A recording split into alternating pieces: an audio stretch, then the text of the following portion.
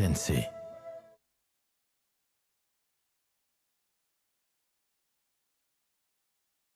Très heureuse de vous savoir nombreux devant vos postes téléviseurs pour suivre votre magazine dominical Sport Dimanche. Ensemble avec vous, nous allons plonger au cœur de l'actualité. Le dossier fait partie de notre menu et surtout l'échange qui va mettre en avant le mois de la femme. Comme vous le savez, nous sommes au mois de mars. Sans plus tarder, le sommaire, c'est tout de suite.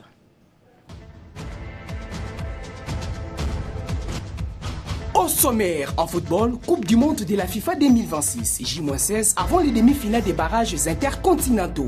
La RDC disputera directement la finale face au vainqueur de l'opposition entre la Jamaïque et la Nouvelle-Calédonie prévue le 31 mars prochain.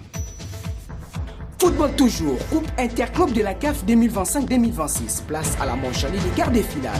En Coupe de la Confédération, l'unique représentant congolais, l'AS Maniema Union, tentera de créer une nouvelle histoire face à USM Alger solide, verdict à l'issue de la rencontre. En basketball, la 61e édition du championnat de la Ligue provinciale de basketball de Kinshasa poursuit son bonhomme de chemin au Stadium des Martyrs avec plusieurs rencontres prometteuses.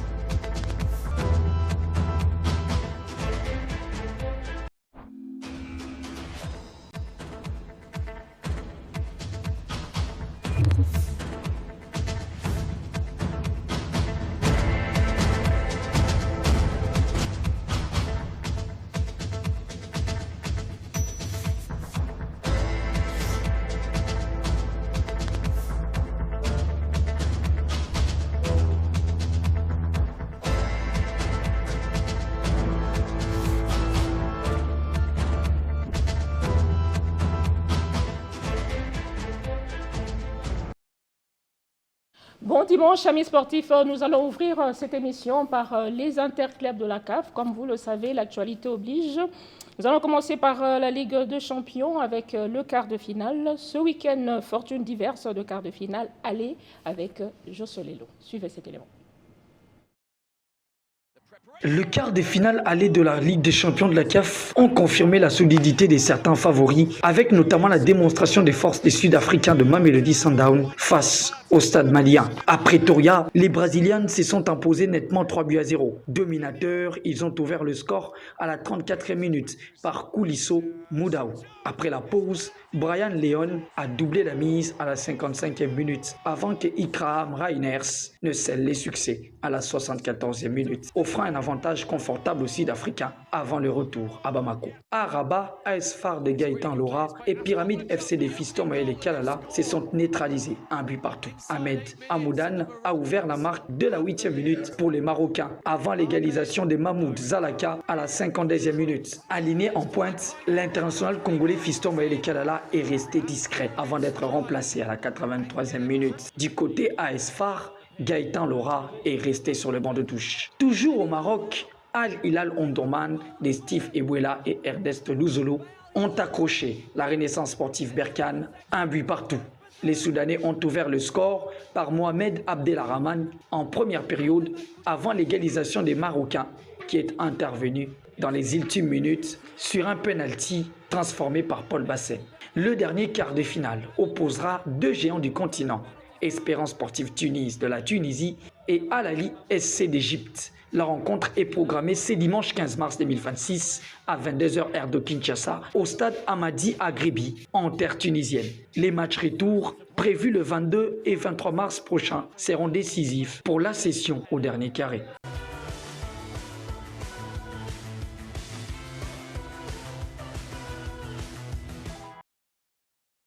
Toujours dans les interclubs de la CAF, en Coupe de la Confédération, à l'instant, le match se joue entre l'AS Maniema Union et USM d'Alger. Le score est de 1 but partout. En image, nous vous proposons de suivre la conférence de presse d'avant-match de Maniema Union. On va aller en demi-finale. Donc il faut bien négocier déjà le premier acte. Le match de demain. On va faire un bon résultat pour ne pas aller... pour ne pas se compromettre le match retour en Algérie. Donc voilà, moi et mes joueurs ainsi que le staff dirigeant, on est conscient de cette tâche qui n'est pas facile. Mais sur le terrain demain, on va tout donner. On va tout donner pour avoir un bon résultat. On a eu suffisamment de temps de regarder 3 matchs qu'ils ont joués ou 4 matchs avec la Coupe d'Algérie. Donc c'est une très bonne équipe avec un nouveau entraîneur. Donc ils essayent de poser ses marques. Tout ce que je peux vous dire, que c'est une très bonne équipe. Il faut le prendre au sérieux. Et c'est ce qu'on a fait tout au long de la semaine. C'est déjà depuis des semaines qu'on a commencé à préparer ces matchs. Et maintenant, ce qu'on va faire demain, ce n'est ni le lieu, ni le moment d'étaler tout ce qu'on a pris comme précaution pour ne pas se mettre en danger. Mais on se connaît. C'est une équipe vraiment avec beaucoup d'expérience. Donc chez nous, il faut maximiser toutes les chances et les faire sortir de leur confort. Ça, ce n'est pas les TP qui jouent, c'est le USM Alger. Il vient d'arriver là-bas. Il est chevronné, il a beaucoup d'expérience. Je suis sûr qu'il est en train de poser ses marques là-bas. Maintenant, dire que c'est un atout, moi je ne pense pas. C'est peut-être au contraire. L'équipe doit être galvanisée. Les joueurs qui peut-être se sentaient lésés par l'ancien staff, peut-être ils sont maintenant à 100% parce que tous les cartes sont redistribuées. Non, mais nous, on a regardé tous les 3 matchs qu'il a joués là-bas. On a une idée là-dessus, de la façon dont ils vont jouer. Mais ce qui est aussi sûr, comme toutes les équipes maghrébines, à l'extérieur, ils ont leur façon de jouer. On a pris toutes les précautions possibles. Je ne vais pas te le dire encore ici. Excusez-moi. On garde ça pour nous demain. J'ai dit j'étais fier d'être congolais. C'était pour la première fois. Parce que nous, Mani, on ne joue pas chez nous. Tout ce qui vient là-bas avec l'environnement de chez nous, si on joue là-bas, ça va être autre chose. Et depuis qu'on a commencé à jouer nos matchs à Kinshasa, c'était pas à 100% à notre faveur. Au contraire. Maintenant, je compte sur les bons sportifs qui sont au Grand Katanga ici, en particulier à Lubumbashi. J'espère qu'ils vont continuer à nous soutenir comme ça parce qu'on ne représente plus manièrement, on représente la République démocratique du Congo. On est les seuls à rester dans la compétition. Et on connaît aussi, on est conscient de la charge que porte notre équipe. On va essayer de mouiller le maillot. Et je demanderai tout simplement au public qu'ils viennent aussi en masse, nous pousser jusqu'à la victoire. Tout ce qu'on veut faire, c'est ça, gagner pour avoir nos chances d'aller disputer le deuxième match. Mais on ne pense pas d'abord au second acte, on pense déjà le match de demain. On est là à fond. Et j'espère qu'il va jouer le rôle qu'ils ont déjà fait par 2 fois. Ici, ils nous ont pris à jouer 2 matchs, on a gagné 2 matchs, 2-1 et 3-0 si je ne me trompe pas. Donc le stade déjà de TP Mazembe nous porte bonheur. J'espère qu'il va savoir continuer comme ça. Ça prouve à ces hommes qu'ils nous ont ouvert les cœurs. Ils ont donné les installations sans problème. On s'entraîne quand on veut. On est content de l'hospitalité. Et Dieu les bénisse. On est à la veille d'un match important. Il est vrai. Vous savez, parfois Dieu est juste. Et on a raté la compétition africaine l'année dernière à cause de cette équipe. Et nous voilà en face d'eux. Donc je ne sais pas qu'est-ce que ça veut dire, qu'est-ce que ça signifie. Mais toujours est-il qu'on est là en tout cas pour faire un match. Essayer de faire un très bon match. Préserver nos chances pour la qualification. À la fin de ce match-là, il faudrait que nos chances restent intactes. Voilà l'objectif qui nous amène à Lubumbashi aujourd'hui. Vous savez, on sait beaucoup de choses, c'est vrai. Vous savez, ce stade, c'est moi qui ai fait l'ouverture. Je vous rafraîchis la mémoire, contre Chelsea Berekum en 2012. J'ai fait ce championnat, je ne sais pas combien de fois. J'ai rencontré cette équipe aussi beaucoup de fois. Mais cette équipe a changé par rapport à l'équipe de l'année dernière. Parce que je pense qu'ils ont recruté 11 nouveaux joueurs. Mais toujours est-il que les images sont là. C'est une bonne équipe qu'on va rencontrer. Ils ne sont pas là par hasard. Mais nous, on ne vient pas victime désignée. On vient, malgré toutes ces connaissances que vous avez énumérées, on vient pour faire un bon match et faire un bon résultat. On est qualifié en coupe là-bas, en demi-finale. On est qualifié en quart de finale, compétition africaine. Le championnat est beaucoup plus difficile. Vous savez, quand vous jouez sur 3 tableaux, c'est pas évident du tout. Et quand tu es aussi l'équipe à battre, c'est compliqué. Mais ceci dit, c'est des bonnes prestations que l'équipe réalise. il ne manque que les buts. Peut-être que la réussite, vous savez, en football, la réussite, ça vient, ça va. On n'a pas trop la réussite de marquer, mais au niveau du jeu, on n'est pas trop mal. Donc, je pense que la réussite viendra de toute façon, j'espère, à partir de demain même. Pourquoi pas? Sur ce plateau, j'ai deux confrères avec moi. Il s'agit de Josué Lelo, à qui je dis bon après-midi. Bon après-midi à toi, Mimi Chomatoukou, et bon après-midi comme ça à tous ces amoureux du ballon rond, mais aussi du sport dans toute sa globalité qui sont venus justement s'enrôler sur les antennes de la RTNC. À ses côtés, il y a Jason Basakissa. Bon dimanche, Jason. Bon dimanche, bon après-midi à tous les téléspectateurs et férus des sports qui sont scotchés sur la nationale pour suivre les sports sur la RTNC, puisque nous allons en parler en long et en large. Voilà, Papi, Jason Basakissa, vous l'avez bien si dit. Avec eux, nous allons parler de deux sujets. Il s'agit des interclubs de la CAF et le match de barrage. Mais on commence d'abord par les interclubs de la CAF. On a suivi avec vous les résultats de la Ligue de champions jouée hier. Quelle impression ça vous a donné? Justement, voir justement Mamelodi Sundowns arriver à cette hauteur-là lors des quarts de finale, parce qu'on se rappelle que le seul titre remporté par Mamelodi Sundowns, c'est depuis 2016. C'est une équipe justement qui est dans la constance, qui est dans la durée, mais qui un tout petit peu se saborde dans les derniers mètres, justement dans les derniers sprints de la compétition de la Ligue de champions de la CAF, parce que justement, il faut le dire, Mamelodi, c'est la mastodonte, c'est vraiment le gabarit du championnat sud-africain, et ça se démontre, ça se dénote même sur le terrain. Mais je voyais quand même les hommes du technicien camerounais du stade malien revenir quand même à hauteur de Mamelodi Sundowns en seconde période. Domination en première période, domination en seconde période. Ça démontre déjà justement ce que Mamelodi Sundowns est venu chercher. Mais une fois dans le dernier carré, il va falloir aller maintenant pour Mamelodi Sundowns dépasser ce cap. Jason? Et on se dit tout simplement qu'arriver à ces étapes, avec les matchs à élimination directe, qu'il y a de ces équipes-là, une fois passé la phase de poule, ils reprennent quasiment leur fourrure de rage. Et tout simplement, c'est l'occasion d'ailleurs pour Mamelodi, c'était l'occasion pour Mamelodi Sundowns de frapper, parce que quand on observe lors de la phase de groupe, on a vu quand même que cette équipe-là avait pas mal de failles. On a décelé les matchs contre Lupopo, on allait comme au retour où cette équipe-là pouvait s'exposer comme ça et prendre des buts.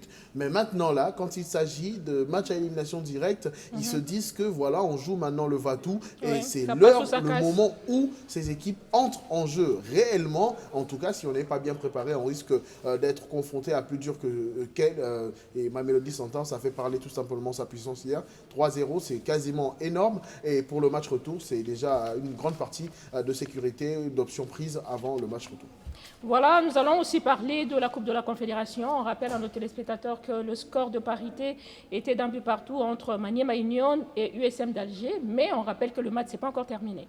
Maniema Union qui quand même reste sur une dynamique, on va dire que le travail abattu depuis quelques années est en train de porter ses fruits. Papi Kimoto, qu'on n'a pas voulu lâcher tout de suite après l'échec de la saison dernière, on a gardé, c'était un projet, et avec ce projet-là, Maniema Union est en train d'y aller mollo, et la preuve, c'est sortir quand même de la phase de groupe, une première dans l'histoire du club de Kindu, et voilà maintenant qu'il faudrait se heurter à une équipe quand même qui est déjà habituée, mieux structurée au niveau de l'Algérie, d'ailleurs qui a de cela quelques années a pris l'habitude de prendre les meilleurs joueurs au niveau de l'Afrique subsaharienne pour faire bien sûr remplir le rang tout simplement de ses effectifs. Notamment on retrouve Glody Likonza, l'ancien capitaine du TP Mazembe, qui a fait son retour aujourd'hui à Lubumbashi une première fois pour affronter Maniema Union avec Lamine Ndiaye sur le banc de touche. On se dit qu'ils avaient déjà pris une mesure pour la suite de la compétition, mais en face Maniema Union, ça reste une équipe modeste qui avance à pas de tortue, mais quand même qui avance. On attendait des résultats peut-être hier ou avant-hier. On était trop exigeant envers les joueurs, mais aujourd'hui, ils nous démontrent autre chose. Et on a vu cette saison quand même, il n'y a pas eu des recrutements, on va dire, des très grands noms, mais c'est pour faire l'équipe. Et Papi Kimoto a jusque-là, en tout cas, ce qu'il a demandé, une équipe compacte avec des arrivées, des mélanges entre qualité et bien sûr et vigueur ou encore rapidité. Il a vraiment son équipe. Et pour l'instant, le match qu'ils sont en train de faire, certes, prendre un but à Lubumbashi, qui est considéré comme un match à domicile, c'est déjà pas facile, mais on se le dit que jusqu'à la 90e minute, oui, le match n'est pas score encore du match terminé. pourra peut-être changer. Alors, par rapport au match, au résultat d'hier, samedi, qu'est-ce qui explique le score de parité entre les deux premières rencontres, Josué? Justement, on voit justement, quand on regarde les deux équipes, on regarde Pyramide FC, on regarde en face l'AS FAR, on sent que ce sont des équipes justement qui aiment bétonner derrière, et après on va se projeter, on va aller en contre pour attendre, on attend, et puis on va aller en contre justement pour essayer voilà, de provoquer, on touche les attaquants, on essaie de rapidement toucher surtout les ailiers sur le côté qui vont tenter d'aller un peu plus rapidement vers l'avant. Donc ces deux rencontres ont démontré justement la justesse aussi, tant soit peu dans la discipline tactique, mais aussi de la justesse dans la façon justement d'entrevoir les occasions. On a vu aussi que ce sont des équipes qui savent négocier le coup de pied arrêté, parce que le but justement des Pyramides FC est arrivé sur un coup de pied de coin, et derrière cette projection, cette capacité justement à Zalaka de se positionner à bon escient et de reprendre ce corner, ça n'a pas été facile justement pour les deux équipes. Quand vous regardez aussi la rencontre qui a opposé en Renaissance Sportive Berkane à L'Omdurman, Omdurman a débuté cette rencontre avec beaucoup de sérénité, avec beaucoup de célérité et beaucoup de vitesse, mais derrière, on a été pris justement au dépourvu avec cette capacité à ne pas rester justement en place, à ne pas se faire attendre ou se faire prier jusqu'au bout du bout, et derrière, penalty pour Renaissance Sportive Berkane qui arrive justement à revenir à hauteur, parce qu'on le rappelle, Mimiche, dans les ultimes minutes de la rencontre, Renaissance Sportive Berkane revient dans cette rencontre. Donc ça démontre justement que quand on arrive dans cette étape de la compétition, c'est toujours très difficile de pouvoir pronostiquer, tomber d'accord sur les résultats, parce que c'est souvent prudent, serré, et parce que ça se joue dans la tête, mais ça se joue aussi dans les stratégies des entraîneurs. Moi je dirais carrément ce sont les quarts de finale. Quand on dit quarts de finale, donc ce sont les 8 meilleures équipes de la compétition qui ont atteint cette étape-là. Donc la compétition prend une autre mesure. Exact. Le niveau augmente un peu plus, parce qu'on se dit que ce n'est plus un match où on doit aller chercher un point ou prendre 3 points. Non. Quasiment, on se dit qu'on ne peut pas gagner, mais on aura quand même un point en retour si on fait match nul. Maintenant, il faut avoir la résultante avec soi. On gagne le match, on se positionne au match retour. On peut faire un match nul et on se qualifie, ou au cas contraire, prendre la mesure dès que possible de gagner en aller comme au retour. Et c'est ce qui nous permet quand même aujourd'hui d'avoir ce beau spectacle au niveau des interclubs de la CAF, parce qu'il ne faut pas l'ignorer qu'avec quand même, on est sorti de la large domination du National Al-Ahly du Caire depuis quelques années. Il y a eu ce passage de flambeau entre l'Afrique du Nord et l'Afrique subsaharienne, notamment avec l'épopée Mazembe, l'avènement quand même des Sud-Africains avec Mamelodi Sundowns. On sent que la compétitivité aujourd'hui au niveau africain, certes, on n'est pas encore au niveau d'égalité entre le Nord et bien sûr ce qui reste de l'Afrique, mais aujourd'hui, on a quand même ces genres de compétitions qui plaisent aux yeux. Alors, nous allons rester dans le football pour parler cette fois-ci de la Coupe du Monde FIFA 2026. Match de barrage intercontinentaux. Le compte à rebours a commencé et nous sommes à jour J, moins 16 heures. On rappelle également à nos téléspectateurs que le sélectionneur de l'équipe nationale de football senior de la RDC, Sébastien Desabre, a rendu public la liste officielle de joueurs retenus pour le stage de préparation au Mexique et le match du 31 mars prochain. Cet élément avec Jason Basakissa. À 16 jours désormais du rendez-vous le plus attendu du football congolais depuis plusieurs décennies, la tension monte autour des léopards de la RDC. Les barrages intercontinentaux pour la Coupe du Monde de la FIFA 2026 approchent et le sélectionneur Sébastien Desabre a levé le voile cette semaine sur la liste des joueurs convoqués pour ce stage décisif au Mexique. Une liste marquée par une seule nouveauté, Jérémy Ngakia, le latéral de Watford FC, qui découvrira pour la première fois sur le terrain la tanière des léopards. À ses côtés, quelques retours notables, l'ailier Grady Diangana et l'attaquant Yohan Wissa, absents lors de la dernière Coupe d'Afrique des Nations, retrouvent la sélection à l'approche de ce rendez-vous capital.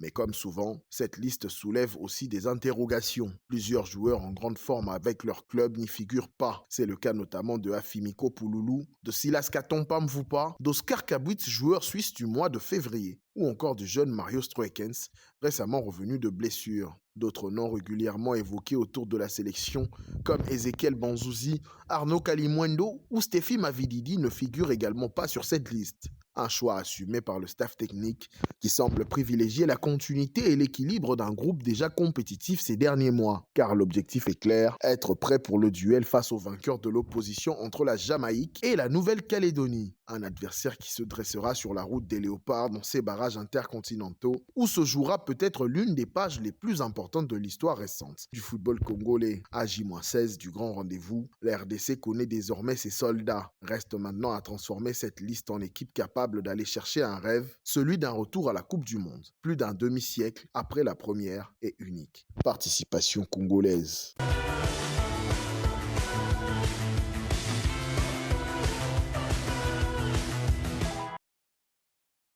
Parlons toujours de ce match ô combien important du 31 mars prochain. Certains analystes ont donné de la voix à 6 jours de cette finale. Jason Basakissa. Tout le pays retient son souffle. On va dire tous les Congolais attendent impatiemment ce match. C'est un match historique. Les joueurs sont conscients de l'enjeu du match. Plus le jour avance, vous l'avez dit, plus la ferveur monte. Mais bon, c'est vrai qu'on va revenir un peu sur cette affiche, au regard du parcours de la RDC lors de la CAN, mais également lors de barrages continentaux. C'est une équipe de la RDC qui nous a habitués avec de prestations, on va dire, surprises. Au moment où vous l'attendez les moins, c'est là où elle affiche un visage séduisant. Mais bon, heureusement qu'on va jouer un seul match et ce sera bien sûr face au vainqueur du match Nouvelle-Calédonie, Jamaïque. Une seule victoire nous permettra bien sûr de jouer la Coupe du Monde 52 ans plus tard. Déjà que c'est un match très important, un match de la vie, si on peut le dire comme ça. Tout le monde attend ce match à bras ouverts. La RDC ne s'est plus qualifiée depuis 52 ans, vous l'avez dit. Et je pense qu'il n'y a rien qui peut motiver les Congolais comme cette assez longue attente. Aujourd'hui, nous sommes à 90 minutes de la Coupe du Monde. Les Léopards sont très motivés. Le sélectionneur a fait sa liste. C'est vrai que la liste ne fait pas l'unanimité. Elle n'est pas vraiment reçue par tout le monde comme on s'est fait. Mais bon, ce sont les joueurs qui ont joué les éliminatoires depuis le début. Ils ont tout donné. Jusqu'à aujourd'hui, ils sont à la porte de la Coupe du Monde, à 16 jours de la compétition. Je pense que voilà, ils savent ce qui leur attend. Les Congolais attendent aussi la qualification. Et nous, en tant que footballeurs, en tant qu'anciens footballeurs, en tant que journalistes aujourd'hui et en tant que passionnés, nous suivons cette équipe vraiment de très près. Et nous avons espoir, avec confiance, que les sélectionneurs mettront en place une très bonne équipe pour gagner ces matchs parce que c'est la victoire qui compte. Sur cette liste constante qui a 3 retours, il y a Jérémy Ngakia qui prend la place de Gédéon Kaloulou qui est blessé avec son club du côté bien sûr de la Grèce. Il y a Yohan Wissa qui fait la campagne avec West Ham, plutôt avec la formation de Newcastle au niveau de la Ligue des Champions. Voilà, il y a aussi Kadi Diangana qui évolue du côté de Elche en Espagne qui revient, mais dans l'ensemble en tout cas, on a maintenu l'équilibre au niveau des Léopards de la RDC, que ce soit les gardiens de but Lionel Passinzaou avec ses frères d'armes comme Impolo et Timothée Fayoulou. En défense, Chancel Mbemba est là, troisième B. Voilà, donc au milieu du terrain, Moutoussami confirmé comme métronome du côté de la RDC, Ngalael Mouko et pourquoi pas Charles Monginda Piquel. Et en attaque, bien sûr, on a répondu pratiquement à la même attaque. Moi, je crois que c'est le coach lui-même qui a fait les choix. Lui-même, il sait pourquoi il a fait les choix de tel joueur. Nous, ce que nous pouvons faire, c'est d'accompagner ces équipes de la RDC pour la qualification 52 ans après au niveau de la Coupe du Monde. Le Sabre n'a pas voulu chambouler son équipe. Il a reconduit pratiquement la même liste, encore les mêmes joueurs qui ont participé à la dernière édition de la Coupe d'Afrique des Nations au Maroc. Je pense que c'est une bonne chose, même si il y a d'autres joueurs qui pouvaient également postuler par rapport à cette liste et pour ces matchs très importants. Les 31 mars prochain, je pense comme ça Oscar Kabrut qui marche sur l'eau actuellement avec son club pour ses dernières prestations. L'ancien sociétaire de TP Mazembe a quand même marqué 6 buts et 3 passes décisives. Mais après, généralement, j'aime pas trop commenter ou encore critiquer les différentes listes de sélectionnaires parce que c'est eux qui savent pourquoi ils ont sélectionné X, Y. Donc, d'emblée, je dirais que ce sont des joueurs qu'on connaît déjà. J'ai pensé voir pourquoi pas d'autres joueurs postulés, notamment Silas Katompa qui joue avec le football club Metz en Bundesliga en Allemagne, mais il n'est pas sur la liste. On espère en tout cas que ceux qui sont là sont des Congolais et qui vont aller faire les jobs, qui vont aller faire du boulot. Et il y a aussi la présence de Grady Diangana, c'est parmi les rares joueurs qui font partie de cette liste qui n'avaient pas participé à la dernière édition de la CAN. Ils vont faire le travail, tout ce que nous cherchons, tout ce que nous souhaitons, et nous sommes bien sûr optimistes par rapport à la qualification des Léopards pour la prochaine Coupe du Monde. C'est une liste qui a été bien pensée, en tout cas parce que ça garde la continuité. Pourquoi? Parce que dans une équipe, on a besoin de cette régularité-là. Lors de la CAN, c'est vrai que ça n'a pas été facile de se qualifier au plus long possible. Mais là, c'est un seul match, on ne pouvait pas chambouler les choses. Il a voulu garder son effectif, son équipe. Et bien sûr, en faisant aussi quelques retours, notamment Yohan Wissa, qu'on a parlé récemment, et qui est bon avec son équipe aussi, mine de rien, même s'il est remplaçant. Mais dans la mesure du possible, ça reste cette liste qu'on attendait. Pour un seul match, on ne peut pas changer les choses. Ce qui est sûr, des Sabres garde encore une fois son objectif en tête de se qualifier à la Coupe du Monde, c'est que ce ne sera pas facile aussi. Donc ce sont deux joueurs qui ont conscience de ce qu'ils vont attendre, bien sûr, les enjeux de ce match. Et on peut que les encourager et les féliciter pour ce qu'ils ont fait déjà, ce qu'ils vont faire peut-être pour ces matchs.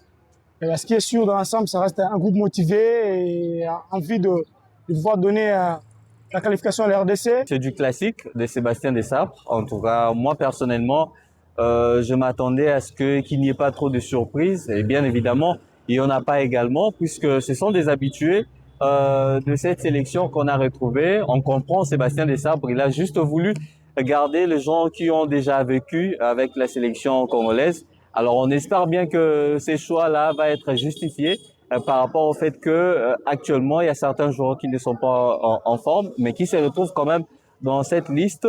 Peut-être qu'il a ses raisons que nous ne savons pas, mais en tant que Congolais, nous espérons bien que ça va apporter vraiment la chance à la République démocratique du Congo.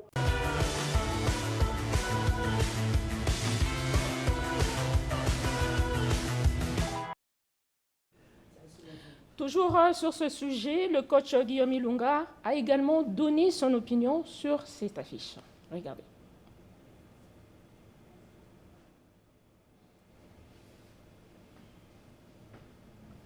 Nous allons vous proposer à présent le coach Guillaume Ilunga qui a donné aussi un mot par rapport à cette affiche de mondial. Regardez. L'édition correspond à un état d'esprit. La dernière CAN, il y a aussi ceux qui sont venus pour apprendre dans le groupe. Je crois qu'ils ont eu le temps d'apprendre pour comprendre que le football de haut niveau ne diffère pas. Donc je crois que c'est à nous, la République démocratique du Congo. Quand je dis nous, ça veut dire que les responsables techniques, les joueurs, de comprendre que c'est maintenant qu'il faut écrire l'histoire. Pour écrire l'histoire, il faut un état d'esprit. Et dans cet état d'esprit, il faut aussi solliciter la communion clanique, qui est très importante. Et je crois que si nous nous basons sur ces éléments-là, parce qu'on sait que l'État a toujours fait sa part de côté motivation. Depuis un bout de moment, les sportifs ne se plaignent plus, particulièrement le football de haut niveau.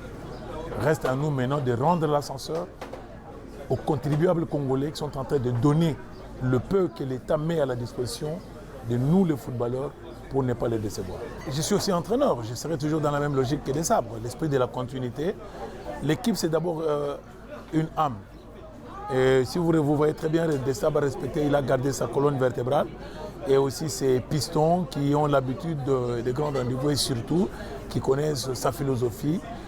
Et ils sont dans cette optique-là de donner à la RDC et la Coupe du Monde après plus d'une moitié de la décennie. Je crois que nous ne pouvons que l'encourager et lui souhaiter bonne chance. Maintenant, c'est aux joueurs de comprendre, de lui rendre l'ascenseur par rapport à la confiance qui vient de leur témoigner. Parce qu'il y a ceux qui ne s'y attendaient pas, mais qui Desabre venaient eux-mêmes de lui-même de les surprendre. C'est à eux maintenant de ne pas décevoir l'entraîneur et surtout de ne pas décevoir toute la République.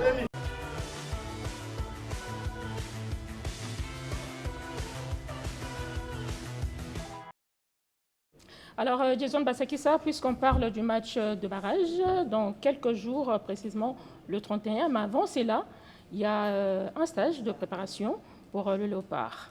Quels sont les points forts de l'équipe avant ce barrage, selon vous? Bon, On est dans l'obligation, comme qui dirait, de positiver. Ouais. Certes, il y a eu beaucoup à dire. On a suivi les confrères, on a suivi en tout cas le coach Guillaume. Chacun a eu son mot à dire suite à la publication de la liste. Beaucoup s'attendaient à X ou Y. Mais quand même, Sébastien Desabre a démontré qu'il est resté un peu fidèle, qu'il suit un plan. Et sur ce plan-là, il veut terminer tel qu'il a commencé, avec quasiment ces mêmes acteurs. Mais pour parler de la sélection nationale, il faut que l'on puisse regarder d'où nous sommes venus. On est parti de très loin. Quand on regarde ces éliminatoires, comment est-ce qu'ils se sont passés avec autant de rebondissements. Déjà que dès le départ, on se disait que étant dans le même groupe que le Sénégal, ça n'allait pas être facile. On va se rappeler de comment on a raté l'entrée lors de la deuxième journée contre le Soudan avec cette défaite qu'on pouvait éviter. Mais après, on s'est rattrapé jusqu'à ce match assassin du Stade des Martyrs où la qualification pourrait être acquise facilement. Il y a eu cette défaite contre le Sénégal. Il y a eu la déconnexion entre le public et la sélection. Et on a vu quand même que les gars, ils ont maintenu le moral. Ils ont gardé la tête haute, la tête froide pour aller chercher ne fût-ce que cette deuxième place. Et sur un coup de chance, on s'est retrouvé barragiste. Et lors des barrages, il fallait le faire. On l'a fait. Aujourd'hui, on se retrouve à quasiment 90 minutes de cette qualification historique. Et je pense qu'à ce niveau-là, Sébastien Desabre et son staff, depuis plusieurs mois d'ailleurs, depuis la CAN, s'il faudrait le dire, préparer, envisager déjà comment aborder ce match. Certes, s'il faudrait parler de la question de la sélection dont il a publié la liste avec certains absents que beaucoup attendaient, mais moi je me dis qu'il connaît mieux ces joueurs-là. S'il convoque un joueur, c'est par rapport à un plan, par rapport à une directive ou par rapport à un système qu'il faudra mettre en place. Mais maintenant, il faudrait savoir, est-ce que les Léopards vont jouer comme à la CAN, une équipe qui subit, une équipe qui va faire le jeu, mais en face, ce sera un adversaire. Si c'est la Jamaïque, ce sera encore plus coriace parce qu'on connaît le football anglophone des pays du Commonwealth. Ce sont quand même des équipes qui sont habituées à courir. Ils se fatiguent moins, donc les Léopards doivent s'attendre à subir si ce sera la Jamaïque. La Nouvelle-Calédonie, on connaît moins ou pas assez comment est-ce qu'évolue cette équipe, mais il faudrait tout simplement se dire que mieux vaut attendre peut-être la Jamaïque dont les plans de jeu sont peut-être plus visibles qu'une équipe nouvelle-calédonienne qui reste quand même un piège. Jason, Josué, vous avez de quoi ajouter? Oui, exactement, parce qu'en face aussi, j'ai eu à suivre quelques rencontres de la Nouvelle-Calédonie. C'est vrai que j'ai vu beaucoup de publications autour de la Jamaïque, mais peu sur la Nouvelle-Calédonie. Apparemment, on a plus peur de la Jamaïque. On craint plus la Jamaïque que la Nouvelle-Calédonie. Après, il y a toujours le football, c'est toujours un sport surprenant. On peut toujours avoir une surprise. J'ai vu un match de la Nouvelle-Calédonie face à la Tahiti. Il a joué face à la Tahiti, les îles Salomon et la Papouasie-Nouvelle-Guinée. Donc après, derrière, c'est pas vraiment une équipe qui vient te chercher dans ta moitié du terrain, qui vient pas te presser, qui t'empêche pas de sortir avec le ballon. Ça peut être, c'est ça justement qui peut faire la différence face à la Jamaïque, qui peut aller rapidement vers l'avant, qui peut aller en transition. Un football anglais, rapide box-to-box, on récupère, on va oppresser l'adversaire, on va oppresser le porteur du ballon, oppresser celui qui est en train de créer les occasions. Donc après, voilà, je vois la Jamaïque bien sûr être un cran au-dessus par rapport à ces faits. Mais il faut parler de cette liste. C'est une liste justement qui garde la logique. C'est une dynamique qui continue à s'inscrire justement pour Sébastien Desabre, même si après il y aura toujours des choses à dire et à redire. Mais c'est une liste qui est compacte, c'est une liste qui garde de la dynamique, qui garde de la logique. Ce sont deux joueurs qui se connaissent et ça peut être très important, très intéressant de miser sur une famille, sur un collectif, sur quelque chose qui est solide, sur une équipe vraiment qui a Mais entre nous, comment le joueur peut gérer la pression de cette rencontre décisive? Moi, premièrement, je pourrais dire que c'est un match de qualification, ça il faut le dire. Ils doivent jouer avec sérénité, avec modestie et surtout croire en eux. Moi, je me dis tout simplement que, premièrement, ils sont professionnels. Ils évoluent au football au plus haut niveau depuis plusieurs années. Donc, nous, on ne peut pas leur peindre le tableau pour leur montrer comment est-ce qu'ils doivent être avant ou pendant le match.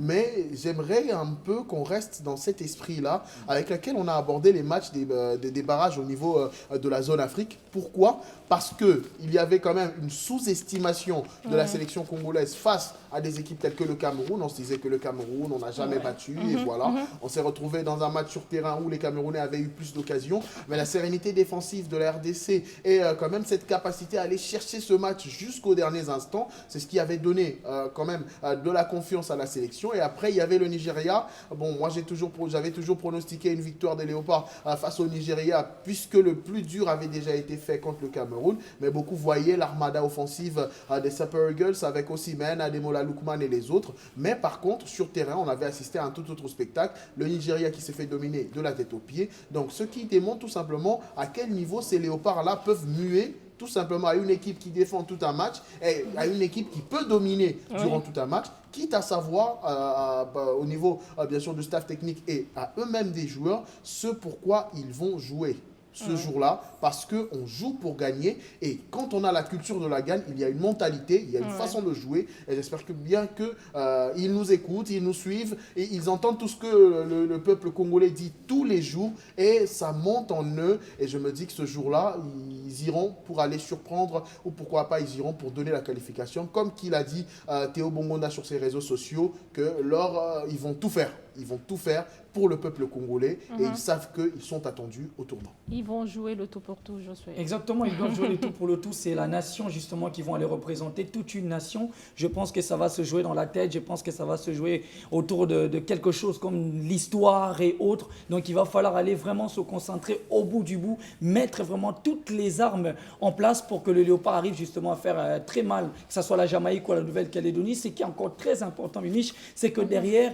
vous sentez que la RDC est une équipe très illisible, très difficile à lire, très difficile justement à manœuvrer parce que ça peut jouer très défensif, ça peut jouer, ça peut surprendre à tout ça moment. peut aller offensivement, ça peut inquiéter, ça peut conserver le ballon, mais avec le retour aussi justement de Grady Diangana et aussi de Yohan Wissa, ça peut permettre justement qu'il y ait un rampe de lancement qui ait aussi une capacité justement à fusiller le portier, à être un peu plus haut dans la moitié adverse. Je pense que le retour de Yohan Wissa et le retour de Grady Diangana sont des clés justement pour permettre à ce que voilà, cette incapacité que la RDC avait justement au niveau de la CAN de pouvoir se frayer un chemin dans la moitié adverse, qu'on puisse facilement le trouver lors de cette finale-là. Et aussi, il y a cet ascendant, on est en finale.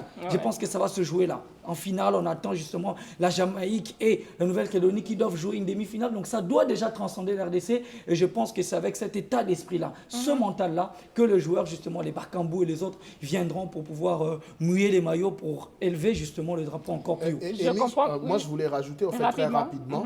Beaucoup parlent du fait que voilà, Sébastien, ça appelle des joueurs qui n'ont pas de temps de jeu, des joueurs qui êtes surpris sur la liste?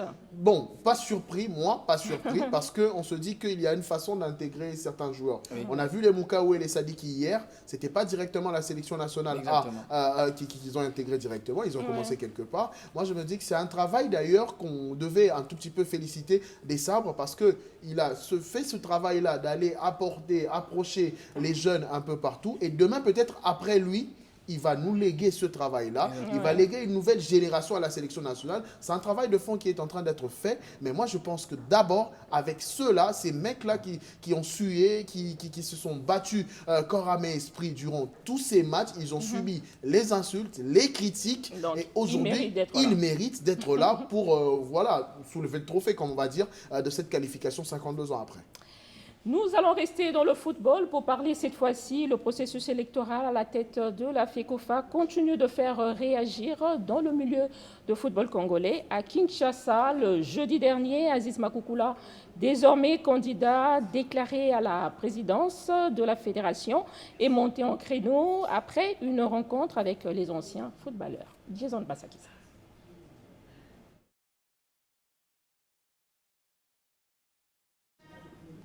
Je pense qu'on doit revenir sur le sujet parce qu'il y a encore beaucoup à dire sur le léopard. Ah ben oui.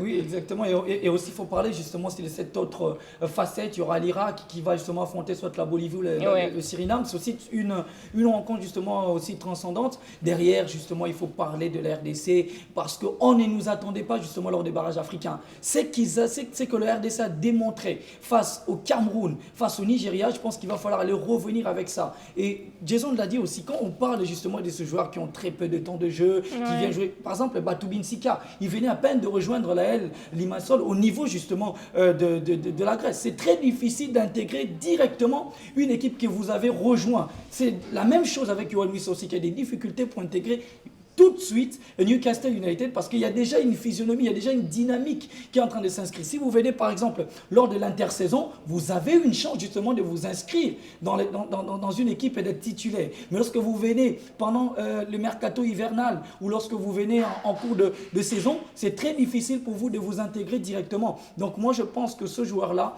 lorsqu'ils ont été appelés, même s'ils ont très peu de temps de jeu pour certains, je pense qu'ils viennent avec cette capacité-là de venir en défi. Ils doivent se défier. Et c'est face à la Jamaïque ou à la Nouvelle-Calédonie que, messieurs, nous vous attendons justement de venir vous défier, défier vos talents, défier votre capacité mentale. Et Mich, avant de tourner complètement la page à cette étape, parce qu'on se dit que nous sommes les évangélistes, c'est nous qui devons prêcher cette bonne nouvelle des Léopards à la Coupe du Monde. On n'a pas vu cela. Nos parents l'ont vu hier, mais nous, on n'a jamais assisté à cela. On a certes vu les Léopards gagner le Chan par 2 fois. Oui, c'est bien. Mais les Léopards à la Coupe du Monde, nous devons les pousser. Si je serais tenté de dire en lingala, bisonde sengelito poussa bangoto memabango kino isika barokoma. Donc nous avons ce devoir-là en tant que public congolais, population congolaise, en regardant nos frères qui sont à l'Est et tous les Congolais qui sont dans la diaspora, de les pousser parce que cette qualification, ils vont l'obtenir pour nous. Alors, nous allons rester toujours dans le football. Le processus électoral à la tête de la FECOFA continue de faire réagir dans le milieu de football congolais. À Kinshasa, le jeudi dernier, Aziz Makoukoula, désormais candidat déclaré à la présidence de la fédération, est monté au créneau après une rencontre avec les anciens footballeurs. Jason Basakissa. Un rendez-vous crucial pour l'avenir du football congolais. L'élection à la tête de la Fédération congolaise de football association s'annonce déjà agitée. Initialement prévu en avril 2026, le scrutin a finalement été repoussé au 20 mai prochain, après une décision de la Fédération internationale de football association invoquant des contraintes financières et logistiques. Une annonce tombée à la veille de la clôture du dépôt des candidatures et qui n'a pas manqué de susciter des vives réactions dans le milieu du football congolais. À Kinshasa, dans l'enceinte de l'espace Congo Loisirs, anciens footballeurs et acteurs du ballon rond se sont réunis pour analyser la situation des élections au sein de l'instance fêtière du football congolais le jeudi 12 mars dernier. À leur tête, l'ancien footballeur international Aziz Makoukoula, désormais candidat déclaré à la présidence de la fédération. Pour lui, ce combat dépasse une simple ambition personnelle. Il s'agit, dit-il, de redonner aux acteurs du terrain les clés de la gestion du football national. Le football n'avance pas, il ne faut pas se fier à l'équipe nationale. Le football, ce n'est pas les léopards, c'est là où les gens ne comprennent pas. On est dans un pays très vaste, plus de 100 millions d'habitants. Et ce pays, il faut l'aimer, il faut le respecter aussi. Et pour le respect de ce pays, quand vous me demandez qu'est-ce qui me motive, c'est l'amour au pays. Vous savez, quand on a commencé à venir ici en étant footballeur au niveau professionnel et faire ce qu'on a fait dans le passé, c'était parce qu'on avait l'amour du pays.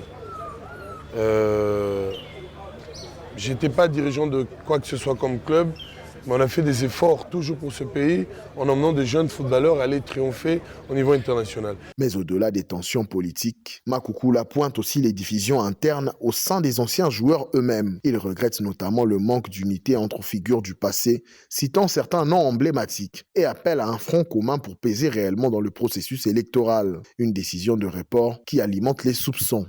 J'ai invité Chibanilonde à venir et plaider pour tous ces gens, tous ces vieux, tous ces jeunes, mais je ne vois personne. Maintenant, je ne sais pas si en parallèle, ils sont en train de monter un clan. Mais ça ne sert à rien. Il doit avoir un respect des frères d'abord. Et le patriotisme doit être avant tout notre priorité. Et c'est ce qui manque souvent chez nous. Alors c'est pour ça que je ose prendre cette décision. J'ai osé et je l'ai fait. Avec les autres, bien évidemment. Mais on va le chercher ou on pourra le chercher. Et où il faut rentrer, on va rentrer pour obtenir ce qui est de notre droit, ce qui est le football congolais. Je pense qu'on a été footballeur et aujourd'hui, on a pris cette maturité et cette aisance de pouvoir réellement représenter notre football. On ne va pas reculer. Là, on était prêts hier pour aller déposer notre candidature. Ils nous ont dit que ce n'était pas possible. Pourquoi? Je n'ai pas compris. Comment pouvez-vous m'expliquer qu'au dernier jour de dépôt de candidature des élections à la Fédération congolaise de football, ils avertissent à minuit qu'ils ont reporté la date. Qu'est-ce qui a raté? Qu'est-ce qui ne marche pas dans notre pays? Makoukoula évoque même l'existence d'une main noire derrière ce revirement soudain, estimant que certains chercheraient à orienter l'issue du scrutin au profit d'un candidat. Face à cette situation, l'ancien attaquant n'a pas hésité à annoncer son intention de se rendre directement au siège de la fédération afin de comprendre les contours exacts de la décision et les implications de la lettre de la FIFA publiée la veille. Quelques heures plus tard, après cette démarche auprès des instances fédérales, le temps se veut plus stratégique. Le report, malgré la controverse, ouvre aussi une nouvelle fenêtre pour convaincre. Confirmation, vous avez dit la confirmation, on est venu pour but de déposer notre mouture. Donc, il y a eu un changement qui a été annoncé, mais il n'y a pas eu vraiment de profondeur à l'information. Donc, on a voulu vraiment faire la source, avoir ce qui nous est dû. On a eu quelques réponses. Et maintenant, on va prendre notre temps de préparer encore, vu que c'est repoussé pour un mois de plus. Donc, on va continuer à travailler. Mais ce que je trouve juste qui n'est pas correct, c'est que on tient vraiment à ces élections. Donc, on demande vraiment que le CONOR fasse le nécessaire. Maintenant, il est bon temps qu'il y ait lieu ces élections pour qu'on puisse réellement changer la donne. Comme on veut ce changement, c'est pour ça que tu vois tous ces visages emblématiques, tous ces gens importants de notre football. Et on vient avec notre but et objectif de déposer notre mouture, bien évidemment. En attendant le 20 mai prochain, la bataille pour la présidence de la Fédération congolaise de football association ne fait donc que commencer. Entre soupçons de manipulation, promesses de réforme et mobilisation des anciens acteurs du jeu, l'avenir du football congolais pourrait bien se jouer autant dans les coulisses institutionnelles que sur les terrains. Un scrutin décisif que beaucoup espèrent enfin transparent pour ouvrir une nouvelle page de l'histoire du football en République démocratique du Congo.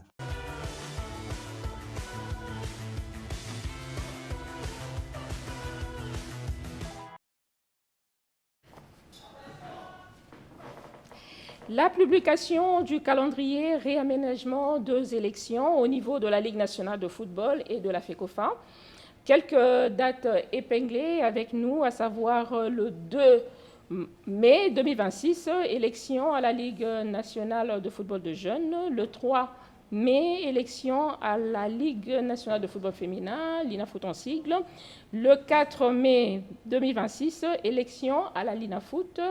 Et le 20 mai 2026, élection à la FECOFA et accompagnement du 12 au 29 mai 2025. Nous parlons de campagne. Mois de mars dédié à la femme, nous célébrons aussi les femmes qui inspirent le sport en RDC. Alors, sur ce plateau, je reçois pour vous Madame Lily Chimpompou. Bon après-midi et bonne fête, Madame. Merci et merci à vous aussi. Bonne fête. Vous allez bien? Merci. Oui, ça fait longtemps. Bien, merci. Un bon moment, oui, c'est vrai. Merci. Alors, la première question qui me passe à la tête, Madame Lily, vous êtes une actrice engagée dans l'administration du football. Pouvez-vous brièvement nous parler de votre parcours? Mon parcours est celui d'une passionnée de foot et du travail. Et comme vous le savez, je suis passée par le football féminin, où j'étais la présidente. Et on a fait, à ce moment-là, on a fait tout ce qu'il fallait pour qu'il y ait une régularité dans le championnat de foot féminin. Et aujourd'hui, j'ai compris que pour bouger les lignes, il fallait faire partie ou être une actrice aussi en ce qui concerne l'administration. Actrice majeure. Majeure. Ce qui fait qu'aujourd'hui, je suis au secrétariat de la FECOFA. Effectivement, pour ce que nous parlons de la FECOFA, vous évoluez depuis peu au secrétariat du CONOR de la FECOFA. Alors, la première question, quelle est la mission principale de cette structure pour remettre de l'ordre à la fédération, Madame Lily? Au fait, comme vous le savez, c'est le CONOR, qui est une commission de normalisation, a comme mission principale d'avoir des élections, c'est une mission claire, de pouvoir avoir des élections crédibles, apaisées et surtout transparentes. Donc ça, c'est la mission première que le CONOR a. C'est un défi à relever, hein? Ça sera facile pour vous? C'est un défi énorme, pour vous dire combien c'est énorme, jusqu'au 12, heureusement que ça a été reporté, mais jusqu'au 12, j'avais encore aucune candidature déposée sur ma table. C'est pour vous dire comment ça sera pas facile. Oui, exactement, tout à fait.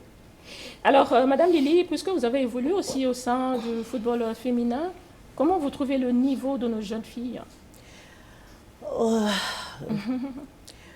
C'est vrai qu'il y a du talent chez nous. Ouais. Le talent est immense. Les défis aussi sont, vous pouvez l'imaginer, les imaginer. Donc je pense qu'il est temps que nous commencions à mettre de l'argent là où il faut, dans les infrastructures, pour permettre à nos jeunes filles de pouvoir s'éclore. Parce que les talents, nous l'avons, ça c'est un fait. Ce n'est pas les talents qui nous manquent. Ce n'est pas du tout les talents qui nous manquent, mais par contre, c'est la suite qui pose problème. Ouais. Donc ces jeunes gens que nous avons aujourd'hui doivent être formés, éduqués aussi, et surtout avoir des infrastructures pour mieux évoluer. Et ça pose problème dans notre pays. Vous le savez, nous n'avons que 2 stades actuellement. Il y a le stade de Martyrs qui est fermé, il y a Tata Raphaël qui est à peine répond aux exigences. C'est pour vous dire que le mal est profond et que si nous réunissons tous ces ingrédients-là, tous ces bons éléments autour, nous pouvons sortir de meilleurs. Donc, que vous le savez aussi, que nos filles ont été à la finale de la Coupe du Monde à 2 reprises, en 2006 et en 2008. 2 fois même. 2 fois, c'est que les hommes n'ont pas encore fait. En plus. Donc, c'est pour vous dire que nous avons du talent, mais il faudrait que le gouvernement, de la même manière que le gouvernement gère les hommes, il doit aussi commencer à gérer à avoir un regard différent en ce qui concerne le football féminin. Mais encore une fois, nous avons du talent et tout est possible. Si nous mettons le moyen qu'il faut, là où il faut, ce football-là pour aussi s'éclore. Madame Lily, quel message souhaitez-vous adresser aux jeunes filles congolais qui rêvent de faire carrière dans le sport?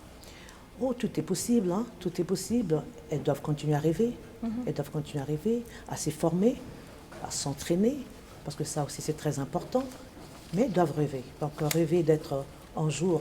je vais prendre aussi l'exemple sur moi. Hein. Oui, pourquoi c'est vrai pas. que je n'ai pas commencé sur terrain. Moi, je n'ai pas été professionnelle, mais que j'ai quand même joué au ballon. Donc, c'est pour vous dire que tout est possible en continuant à rêver. C'est de pouvoir se former, c'est de se discipliner, parce que la discipline, c'est ce qui nous manque un peu chez nous. Elles doivent être disciplinées, elles doivent rêver qu'elles peuvent devenir demain des leaders et changer les choses dans ce pays. J'en connais. Ce sont comme les anciens joueurs qu'on pouvait aujourd'hui transformer, parce que ce sont des joueurs qui ont participé, je vous ai dit encore, en 2006, en 2008. Donc ces joueurs-là, on pouvait aussi les utiliser autrement. Elles pouvaient devenir aujourd'hui des entraîneurs, des femmes. Et il y a beaucoup de choses qu'on peut faire dans le sport, en dehors d'être sur le terrain, de jouer au foot, au fait. Et on peut contribuer différemment dans le sport. Donc pour moi, je pense que la jeune fille, aujourd'hui congolaise, peut prendre l'exemple sur ce qu'elle est en train de voir, qui évolue aujourd'hui ici, dans notre pays, mais ailleurs surtout aussi, et c'est projeté, c'est dire que les lendemains peuvent être meilleurs, mais elles ne doivent pas être des observatrices, ni des spectatrices, mais des actrices majeures. Donc tout est possible. Si je suis là aujourd'hui, je représente aussi ces femmes-là. Exact. Aujourd'hui, on peut vous compter parmi les leaders femmes dans le sport. Madame Lily, est-ce que c'est facile pour arriver à ce niveau-là? Malheureusement, malheureusement. Il y a beaucoup d'évolutions en ce qui concerne la femme et le sport chez nous, dans notre pays. Aujourd'hui, on compte de nombreuses femmes arbitres. Il y en a même aujourd'hui qui sont qu'on retrouve aussi sur le plan continental, qui vont arbitrer des matchs sur le plan continental comme à la CAN. Il y a des femmes aujourd'hui journalistes sportives, dont vous-même, vous êtes là. Donc cela est possible. Mais aussi, je pense qu'il y a la femme dans les instances de décision, c'est là où il y a moins de femmes. Et ils doivent commencer à s'intéresser. C'est quoi, la peur, l'hésitation? Qu'est-ce qui bloque au fait? Je ne sais pas, peut-être c'est la connaissance aussi. Hein. J'ai l'impression que les femmes pensent toujours que le sport est dédié aux hommes. C'est une exclusivité. Or, ça ne l'est pas, c'est pas vrai. Et la plupart évoluent dans autre chose, la politique, on les trouve ailleurs. Non, j'appelle les femmes à s'intéresser au sport. Aujourd'hui, on voit les filles en train de nourrir leur famille, je peux dire ainsi, de prendre en charge, de prendre soin de leurs parents au travers de ce sport-là. Donc, ce n'est pas négligé, parce que c'est que les hommes peuvent faire aujourd'hui, les femmes peuvent aussi le faire. Donc, il n'y a pas de marge, il n'y a pas de marge, il n'y a pas de différence, pas du tout. Le sport n'a pas de genre, ça il faut le dire, il faut le savoir. Nos femmes doivent s'intéresser et devenir nombreuses, oser poser leur candidature aussi. On parle des élections qui vont venir bientôt. Pourquoi pas? Elles doivent faire partie de mouture, même à la tête de mouture. Elles doivent oser. Donc j'espère vraiment que lors du dépôt, j'aurai sûrement devant moi des femmes qui viendront déposer les candidatures ou qui feront partie de mouture, donc des listes. Donc pour moi, je pense qu'il n'est pas tard, au contraire, il est temps aujourd'hui que la femme congolaise congolaise ne soit pas seulement, comme je le disais tantôt, une spectatrice, une observatrice, mais doit être une actrice majeure du développement et aussi de la gestion sportive. Madame Lily, nous n'allons pas vous prendre longtemps et peut-être un mot de la fin par rapport à ce mois de mars. Bon, comme je le disais tantôt, mon message reste le même. La femme doit s'intéresser à la chose, au sport. Elle ne doit pas rester en marge, en dehors du sport. Elle doit croire en elle-même. Elle doit s'informer pour pouvoir s'informer et avoir les compétences qu'il faut pour oser. Et demain, nous voulons avoir plus de femmes dans les instances de décision, plus de femmes sur terrain, plus de femmes arbitres, plus de femmes dans il y a plusieurs postes, y compris dans des équipes. Donc pour moi, ça sera l'idéal dès demain de commencer à compter sur les femmes dans les sports. Nous allons changer de discipline pour parler à présent basketball. Considéré comme une discipline des hommes, le basket attire aujourd'hui les femmes sur le terrain, sur le banc de touche. C'est le cas de Monique Chibola, le coach adjoint de CNSS. Rivera. Merci.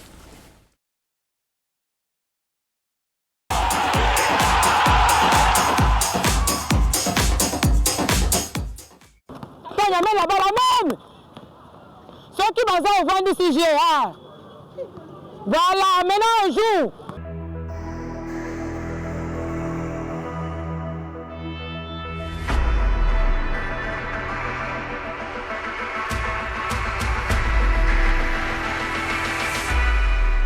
Longtemps considéré comme une discipline dominée par les hommes, les basketball attirent aujourd'hui de plus en plus de femmes, aussi bien sur les terrains que sur les bancs des touches. La place de l'entraîneur évolue progressivement, passant d'un rôle souvent limité aux équipes féminines à une présence croissante dans les coachings professionnels et des hauts niveaux.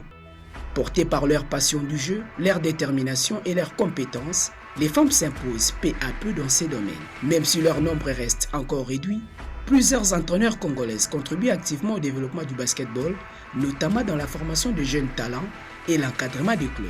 C'est le cas de Monique Chibola, actuelle entraîneur adjointe de la SBCNSS de Kinshasa, ancienne léopard, vice-championne aux Jeux africains de 2006 à Abuja avec une médaille d'argent et plusieurs fois meilleure tripointeuse du championnat de Kinshasa.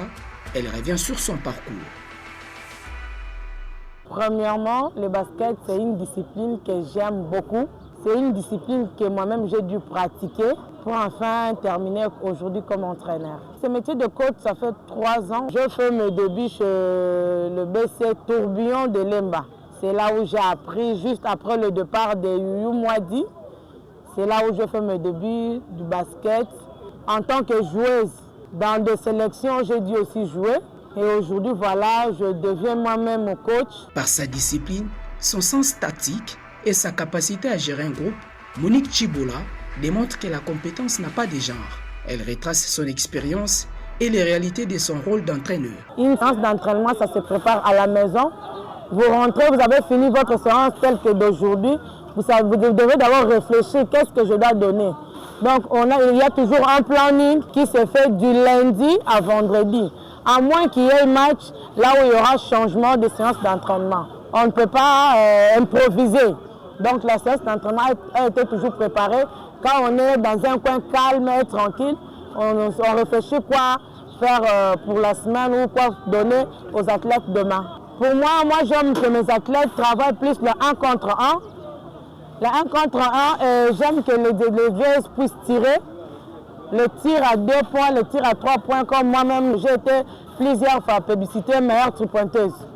Donc j'aime travailler les tirs à mi-distance, les tirs à 2 points. C'est vraiment une très bonne chose parce que dans des matchs qui sont difficiles, ça nous aide à décanter des situations. Comme toute personne ayant ses modèles, Monique Chibola évoque également les figures qui l'inspirent dans cette discipline et partage sa vision de l'avenir pour les femmes dans le basketball. Pour ne pas vous mentir, ces années-là, j'aimais bien voir Lisa Leslie jouer. En tout cas, Youyou Mwadi, les deux là, donc ce sont elles qui m'ont poussé à jouer. J'avais aussi comme fan Kobe Bryant. En tout cas, j'étais fan de Kobe, du jeu du basket. Oui, paix à son âme. En tout cas, j'étais fan du Kobe. Comme référence dans ces milieux, en tout cas, paix à son âme, le coach Mire. Le coach Mire était pour moi une référence vraiment. Un coach qui m'a inspiré, un coach qui m'a poussé aussi à jouer. Et le coach Mozin Mozingo, c'est l'une de mes icônes dans le milieu coaching. Ces deux-là m'ont beaucoup inspiré, ces deux-là m'ont beaucoup vraiment aidé aussi pendant toute ma carrière. Si j'ai été boosté dans le basket, c'est avec le coach Mire, paix à son âme. Aujourd'hui, Monique Chibola constitue une véritable source d'inspiration pour les jeunes basketteuses. Son parcours prouve qu'une femme peut non seulement jouer au plus haut niveau, mais aussi diriger une équipe, prendre des décisions tactiques et gérer un groupe sportif. En tant que femme, j'encourage nos jeunes sœurs à venir pratiquer le sport. Le sport n'empêche pas de faire autre chose. Tu peux travailler en étant athlète. Tu peux être femme ménagère en étant athlète. Donc pour moi, le basket, c'est vraiment le meilleur. Donc j'exhorte et je demande à toutes les jeunes dames, mes sœurs, frères, nos enfants, d'adhérer et de pratiquer le basket tel que nous l'appelons tout souvent la balle au panier. L'entraîneur femme occupe une place importante dans les basketball congolais. Elle contribue à la formation des joueuses, à la promotion de l'égalité des genres et au développement du basketball féminin en République démocratique du Congo.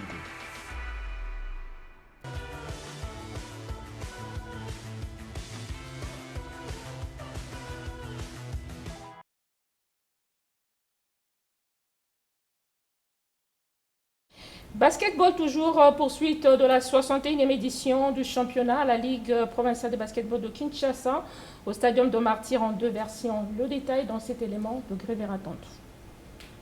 60e édition du championnat de la Ligue provinciale de basketball de Kinshasa se poursuit avec des rencontres très disputées au Stadium des Martyrs dans les 2 versions de la compétition. Pour son entrée en lice, BC New Generation s'est incliné devant Gaba Basket Center sur le score de 60 points contre 65 au terme d'une confrontation serrée.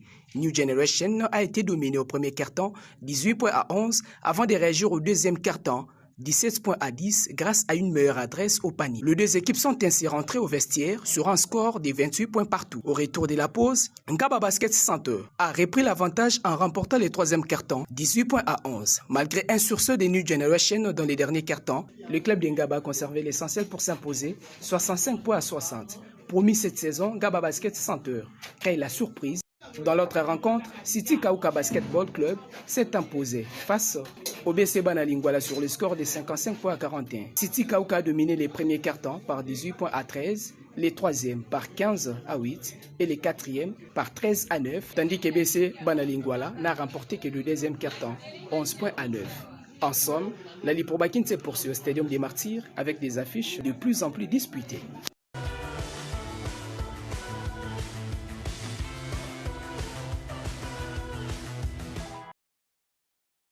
Autre résultat, Yolo s'est incliné devant Raphaël par 25 points contre 34.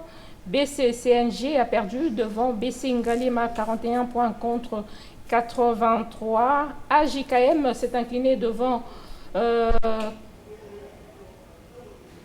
disais le résultat entre AJM s'est incliné contre Cordidor par 44 points contre 66. Et nous allons également vous proposer le calendrier de ce dimanche entre Raphaël contre Gia. Et à partir de Binza City va jouer contre Showsport à 15h30. Je pense que le match a déjà commencé. Marché de la Liberté contre Terreur, 16h45, c'est le match qui va commencer. Nous allons rester toujours dans le basketball pour parler cette fois-ci de CNSS. C'est prolongé dans la préparation de la Liprobakin au terrain Simon Plaza. Retour sur les séances d'entraînement avec Grébert-Attente. Finaliste lors de la dernière édition du championnat de la Ligue provinciale de basketball de Kinshasa en version féminine, l'ASB CNSS intensifie sa préparation en vue de la nouvelle saison. Les clubs abordera cette édition avec un effectif réajusté, marqué par l'arrivée de nouvelles joueuses pour pallier les départs de quelques pièces maîtresses de l'équipe. La préparation se déroule sous la conduite du nouvel entraîneur, Raven Mwimba, accompagné de son staff technique en présence des autorités du club, ainsi que du nouveau directeur technique Ade Koko. Malgré une pré-saison ratée, les coachs Raven Mwimba se veut rassurant et revient sur l'état de préparation de son équipe. On a déjà commencé la préparation, ça date déjà d'1 mois et demi et on a commencé en retard parce qu'on devrait attendre les élections du comité exécutif. Et après les élections, il y a eu un peu de changement dans l'équipe et là maintenant j'exerce le rôle de l'entraîneur principal et on a commencé les entraînements. On a essayé de mélanger le physique et la technique pour essayer d'être au point parce qu'on a raté la pré-saison et on devrait maintenant, par rapport à ce qu'on a eu à parler entre staff, on devrait faire la pré-saison dans l'intérieur de la saison. Donc pour essayer d'avoir le physique et la forme technique des athlètes, on sait que le physique va sortir dans le milieu du championnat ou pendant le phase de play-off. On sait déjà qu'on aura gagné quelques matchs, on serait déjà dans le play-off et c'est pour cela qu'on a commencé le physique maintenant. Au début c'était difficile et il fallait s'adapter à la philosophie. Et on a eu trop de mal. On leur a fait comprendre que la peur, c'est l'ennemi de la réussite. Il faudrait travailler calmement et avoir confiance en soi. Et c'est ce qu'elles ont commencé à faire. Et là, maintenant, les athlètes commencent à s'adapter. Et quand ça joue, je suis à moitié satisfait par rapport à ce qu'ils sont en train de faire. La saison est encore longue. On continue à travailler. J'espère que déjà pendant le play-off, on aura une équipe calée. À l'issue des matchs de préparation disputés entre elles, les basketteuses Jemima Maboua et Divine Katala se sont exprimées tour à tour sur leur préparation, affichant un état d'esprit positif et une grande détermination pour la suite de la saison. On avait déjà commencé en retard. Malgré tout, je crois qu'on a évolué vite qu'on s'attendait. On a besoin de votre soutien, comme d'habitude, donc encouragez-nous. Donc ça va nous aider aussi à jouer encore plus mieux.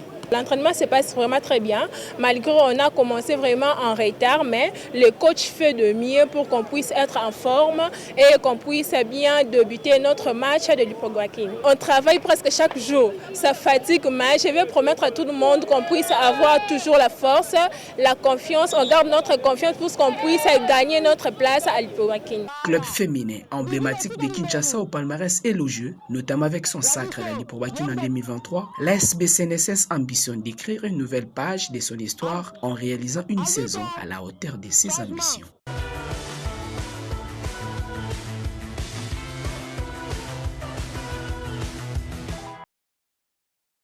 En volleyball, la 56e édition du championnat l'entente urbaine de volleyball de Kinshasa poursuit son bonhomme de chemin au gymnase du stade Tata Raphaël. VC Aigle a battu OGKS par 3-7 à 1, soit 17-25, 25-23, 25-21, 25-13. Là, nous sommes chez les dames. Toujours chez les dames, Kanandonjili a pris les déçus sur Ouragan, 3-7 à 0.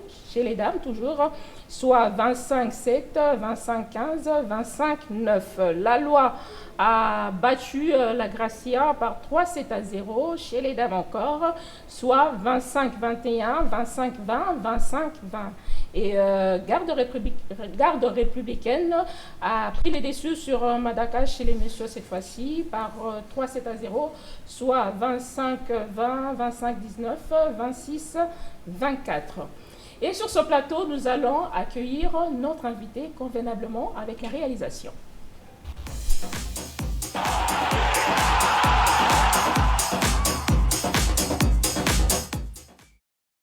Mois de mars, mois dédié à la femme. Sur ce plateau, quand vous voyez la tête de Éminence Nzazi, on voit directement le volleyball. Bon après-midi. Merci Madame Emich, bon après-midi à vous Bonne aussi. tête. Merci à vous autant. Voilà, nous allons rester toujours dans le volleyball, parce que quand on voit la tête d'Eminence Nzazi, on voit une ancienne de DSMP et on voit directement la capitaine de l'époque qui a fait du beau temps. Eminence Nzazi va nous parler de son parcours et j'ai parié qu'elle n'a pas commencé dans DSMP. Oui, madame, comme vous venez de le dire, je n'ai pas commencé dans DSMP, j'ai eu la chance de commencer dans un club vraiment exceptionnel où je trouvais des grandes sœurs exceptionnelles qui ont eu à m'encadrer très bien. Voilà pourquoi je suis connue telle que vous me présentez là. Donc, je commençais dans un club, volleyball club Londende, qui avait son siège et son propre terrain à Limité 7e rue. C'est là que j'ai commencé. Et comme la majorité des athlètes étaient plus des universitaires. La majorité, le club n'a pas pu tenir. Et on avait une capitaine, Divine Kinkela, qui m'a demandé d'aller dans un club où pour elle, elle a trouvé qu'il y avait de l'avenir.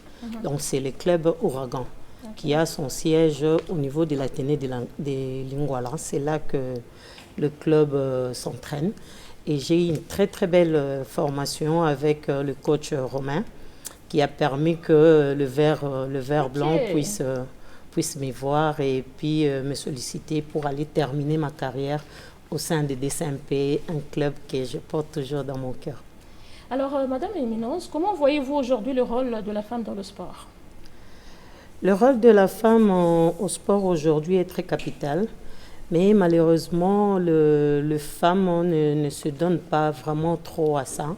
Les jours où nous, les dames, on va comprendre que la femme a un très grand rôle à jouer au sein des sports, je pense que le sport aura encore plus l'ampleur, surtout nos disciplines à l'époque n'étaient pas bien connues, le volleyball, le handball. Si aujourd'hui on arrive à se donner à ces disciplines-là, je pense que ça va aller encore mieux, la femme sera encore plus valorisée, on sera de plus en plus nombreuses dans ces disciplines-là. Je rappelle qu'aujourd'hui, Eminence Nzazi est trésorière à la Fédération de volleyball de Kinshasa. Madame Eminence, certainement à votre époque, vous avez eu aussi à surmonter les difficultés. À notre époque, les difficultés étaient énormes, vraiment énormes, parce que, d'abord, on n'avait pas des infrastructures, comme nos jeunes ont eu la chance de les avoir aujourd'hui. Ils ont des terrains couverts, ils ont des terrains adaptés, adéquats, alors que nous, à l'époque... À l'époque, ce n'était pas le cas. Non, pas du tout. Aujourd'hui, si vous voyez nos genoux, on a de cicatrices, gratinures, c'est mieux, c'est encore mieux. C'était vraiment des égratignures qui étaient transformées à plaies parce qu'on jouait sur de béton. En cherchant à défendre le ballon, on arrivait toujours, on sortait toujours, on finissait toujours de match avec des blessures. Ça, vraiment, ça ne manquait pas. On a eu vraiment des difficultés. Et puis, à l'époque, l'équipe nationale ne voyageait pas trop. On ne voyageait pas trop. À peine après 5 ans, vous pouvez voyager peut-être. Je ne sais pas trop. Je n'étais pas à l'administration de la fédération. J'étais athlète, certes, capitaine de l'équipe nationale, mais je ne m'approchais pas auprès des secrétaires, c'est pas permis, ou du président pour savoir pourquoi on n'a pas pu voyager, pourquoi on n'a pas pu voyager. Ben, je pense que c'était peut-être dit aux finances. Oui, à l'époque, c'était très, très dur. Peut-être, vous pouvez venir comme ça, vous vous entraînez. Il n'y a pas l'argent de transport, il n'y a pas d'eau. Donc, on arrivait à surmonter tout ça. Donc, il fallait aimer le sport pour le faire. Si ce n'était pas l'amour de la discipline, je pense qu'on n'allait pas faire ça. On n'allait pas faire, on n'allait pas être de meilleurs comme on était à l'époque. Il y avait vraiment de l'amour. Et si aussi, aujourd'hui, tel que je vous dis, quand je vois le soleil qui sort aujourd'hui, là, quand je veux jouer au loisir, je vois le soleil qui sort en plein midi à 11h. Je vois que c'est sous ce soleil-là que je peux jouer, que j'ai émergé, que je suis devenue ce que j'étais à l'époque. Ce n'était que de l'amour. C'est ça. Ce n'était que de l'amour et la passion. Sans cela, ça n'allait pas aboutir. Puisque nous parlons de volleyball, nous allons proposer à nos téléspectateurs ce portrait. Il s'agit de Eliège.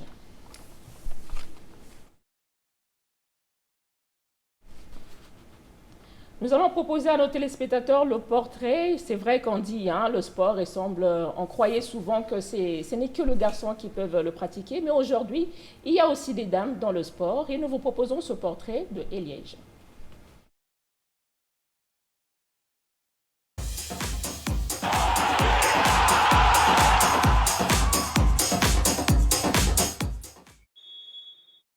La 56e édition du championnat de l'entente urbaine de volleyball de Kinshasa se poursuit au gymnase du stade Tata Raphaël où le club engagé continue de livrer des prestations de haut niveau. La Gracia a pu compter sur l'expérience de Timba Matondo Eliège qui est revenu sur son parcours, notamment son passage au sein du club Kano, son expérience au Maroc avant son retour au pays pour poursuivre sa carrière. Carrière na bandi on Kano depuis 2002, na bandi volé. Après, je suis au Maroc. Place na continué qui championnat na Maroc, na 17 ans. Na différentes équipes. Quand on a déjà ils ont marché de société par rapport à ndenge to solo qui ndena cause de décision, na cause na kim. Na kim il fallait zonga na Kano, mais on a décidé qu'il n'obète na Kano parce que la majorité ya biso ba mikolo que kendaki déjà et c'est qui trop jeune. Donc on a préféré qu'il n'a obéi dans la grâce. On sait déjà deuxième année on a bêti dans la grâce. Malgré la difficulté, moment difficile, je suis là. Je vais continuer dans la club dans la grâce.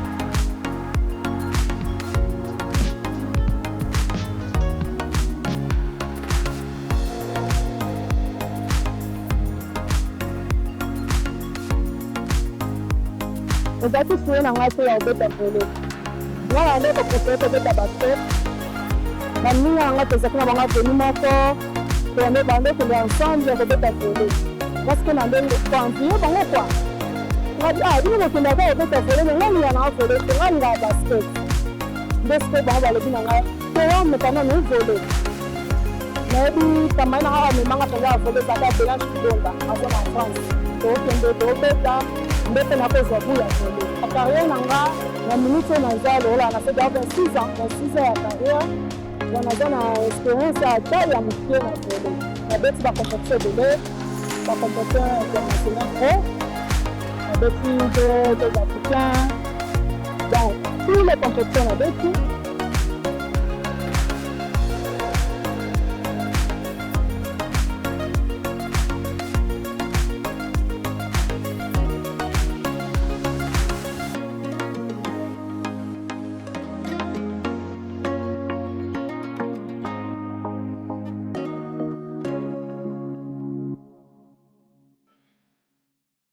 Eliège Ntimba a également évoqué ses différentes expériences avec l'équipe nationale de volleyball de la RDC ainsi que ses ambitions personnelles avant de mettre un terme à sa carrière sportive. Plusieurs fois retenir l'équipe nationale. Dans chaque sélection, je suis là. Dans la sélection, il y a une année aka nazolinga na koma na terminus na ya carrière. Nangina sala moi quelque chose na la sélection. Na moi si naza pe na ambition lisusu par rapport ya sport. Na ko continuer ka sport. Sport eza carrière aussi là ka. Mais na za pe na besoin na foyer nanga. Na je pe mobile nanga na bana, le pe na ke na foyer nanga.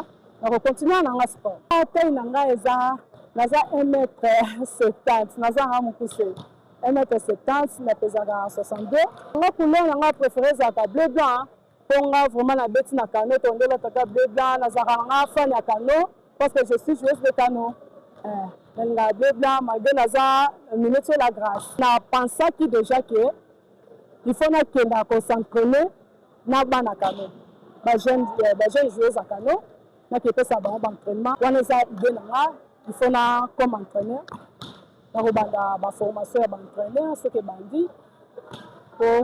Donc, on a commencé la carrière, on a fait un calendrier comme Eliège, je ne confie jamais. Il faut Eliège, il y a un coach, il y a un staff, il y a un Eliège, na tika carrière bete même na tiki na terrain mais libanda ba komona anga bon le basuka eza kaka bato bazala na besoin ko fanda ke na ngana sport ebebisa bato te sport ezaka bien soki okoti na sport bamakambo bande kosala soki ozalaki sauvage ozalaki nini okodimine bazobo tosala nini na ndako yo mo omona soki okoti na sport okomona vraiment esila nango sport eza bien.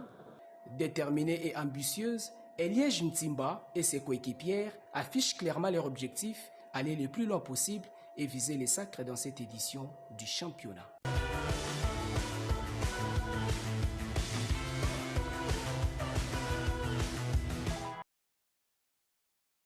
Avant de passer à autre chose, Madame Éminence, quel est le programme qu'on peut retenir au niveau de la fédération? Oui, Madame Emiche, au niveau de la fédération aujourd'hui, on a de très bonnes nouvelles parce que la fédération, cette année, va organiser un très grand événement africain, bien continental. D'abord, on va organiser la zone 4-5. C'est un championnat qui regroupe les équipes de l'Afrique centrale, les 8 pays. Et après, au mois de septembre, on va organiser la CAN. La CAN masculine sera organisée chez nous ici. La KVB, la Confédération africaine de volleyball, nous a donné cette organisation cette année. Une très grande première. C'est une première, hein? Oui, c'est une très grande première parce qu'ici, on a eu à organiser la Coupe d'Afrique main du beach volley. Oui, du beach volley. Et cette année, ici, là, la Confédération nous a permis d'organiser la CAN masculine ici, chez nous, au mois de septembre. Voilà la raison pour laquelle aujourd'hui, le président de la Fédération, le président Christian Matata, a signé avec un franco-camerounais les contrats pour les entraînements de nos messieurs. Il sera assisté. Il aura un assistant et puis un encadreur physique. Je pense que c'est ça le gros de cette année qu'il y aura à la Fédération de volleyball. Un mot de la fin par rapport à votre présence sur notre plateau. D'abord, je commence par vous remercier. Merci. Parce que ça devient l'habitude que chaque mois de mars, vous me donnez cet honneur-là d'être sur le plateau de la RTNC, la grande chaîne nationale. Je vous remercie sincèrement. Et pour notre organisation de la CAN, je peux me permettre au nom de la fédération et au nom de son président de demander aux sponsors qui veulent bien venir se joindre à nous pour cet grand événement. Ça nous fera plaisir, ça fera monter la RDC en puissance pour organiser vraiment très bien cette compétition que nous, à la fédération, on appelle ça une fête nationale et africaine. Merci beaucoup, Madame Éminence. Nous allons rester toujours dans le sport pour parler cette fois-ci jeu de dames. Le tournoi de 24 communes de Kinshasa de jeux de dames a été lancé à Kinshasa sous l'égide du président de la fédération, Ilunga Mbouyi Galon. Cette compétition, parrainée par Faustin Kazi Kenda, a démarré dans le district de la Funa. Suivez. Le coup d'envoi du tournoi de 24 communes de Kinshasa de jeu des dames a été officiellement donné, marquant le début d'une grande compétition qui rassemble les amoureux de ces sports cérébrales venus des différentes communes de la ville-province de Kinshasa. Dans une atmosphère à la fois conviviale et stratégique, la cérémonie de lancement s'est déroulée en présence du président de la Fédération de jeu des dames, accompagné des vice-présidents, ainsi que du secrétaire général de la Fédération. Ces grands rendez-vous sportifs et intellectuels est parrainé par l'honorable Faustin Kazi Kenda, qui soutient activement la promotion du jeu des dames dans les différentes communes de la ville. Pour cette première étape, les compétitions ont débuté dans le district de la Funa, notamment dans les communes de Bumbu et Kasavubu. À Kasavubu, 80 dames étaient engagés dans la compétition et chaque joueur a disputé 2 rencontres. À l'issue de ces confrontations, 40 joueurs ont été éliminés, tandis que 40 autres se sont qualifiés pour les prochains tours. Dans la commune de Bumbu, 70 joueurs ont pris part au tournoi. Après les différentes parties disputées, 35 dames ont été éliminés, tandis que 35 autres ont décroché leur qualification pour l'étape suivante. La grande finale de cette première étape est prévue aujourd'hui, avec la mission de dénicher les meilleurs stratèges didamiers. À cette occasion, le président de la Fédération de jeu des dames de la RDC, Ilunga Mbouyi Galon, n'a pas manqué l'occasion de saluer cette idée qui permet de promouvoir la discipline et de détecter de nouveaux talents à travers les communes de la capitale. Nous sommes contents d'avoir commencé le tournoi 24 communes aujourd'hui, 13 mars, et nous avons commencé par la commune de Bumbu et Kasavubu. Et nous sommes également très heureux par rapport à l'engouement qu'on a reçu. Donc, par commune, on a reçu au moins 80 joueurs. Et à l'issue du premier tour, on a retenu 40 qui vont continuer à jouer demain et puis dimanche. Donc, la finale et la demi-finale vont se jouer le dimanche et on va clôturer la commune de Kasavubu et Bumbu pour entamer la semaine prochaine la commune de Ngiringiri et Makala. Donc, on va aller deux communes par semaine et jusqu'à ce qu'on va clôturer le 10 mai. Après l'étape du district de la Funa, les tournois des 24 communes de Kinshasa poursuivra son chemin dans les 3 autres districts, avec la même ambition, valoriser le jeu des dames et rapprocher cette discipline de jeunes et des passionnés à travers toute la ville.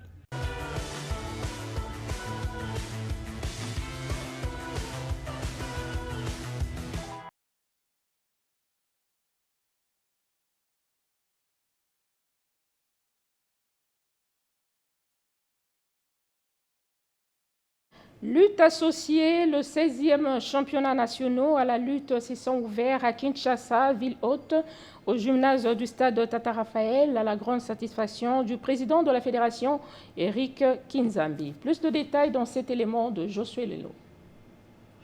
Telle une nuée de rosée, le 16e championnat national des luttes organisé par la Fédération congolaise des luttes et associés, en abrégé FECOLITA, ont arrosé plusieurs cœurs d'espoir et d'une grande satisfaction car ces joutes nationales n'avaient plus été organisées depuis un bon bout de temps. De retrouvailles générées par une grande volonté du président de la Fédération, Eric Kinzambi, et son comité exécutif. Représentant le ministre des Sports et Loisirs affairés, Maître Alain Makengo, conseiller au sport, a lancé au nom et au mot de Didier Boudimbu les hostilités.